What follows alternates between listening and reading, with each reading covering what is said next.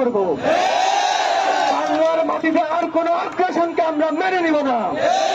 আমরা ব্রিটিশদের বিরুদ্ধে লড়াই করেছি, আমরা পাকিস্তানের বিরুদ্ধে লড়াই করেছি, আমরা আওয়ামী ফ্যাসিবাদের বিরুদ্ধে লড়াই করেছি, আমরা সমস্ত জুলুমকে দূর করেছি। ভারতকে ঘুরিয়ে দিতে আমরা প্রস্তুত আছি। আমরা শুধু বলতে চাই, প্রতিবেশী রাষ্ট্র আমরা শান্তি চাই। আসুন শান্তিতে বসি, আমরা চুক্তি করি যে এই নদী আপনার, এই নদী আমার, এই নদীর পানি শুকনো মৌসুমে আমার অধিকার। এটি কোনো দাবি নয়, এটি আমাদের 16 কোটি জনতার অধিকার। এই অধিকারের পর যদি হস্তক্ষেপ হয়, তাহলে অধিকারের জন্য আমরা ঠিক সেভাবে জীবন দিব যেভাবে পৃথিবীর লড়াই করেছেন।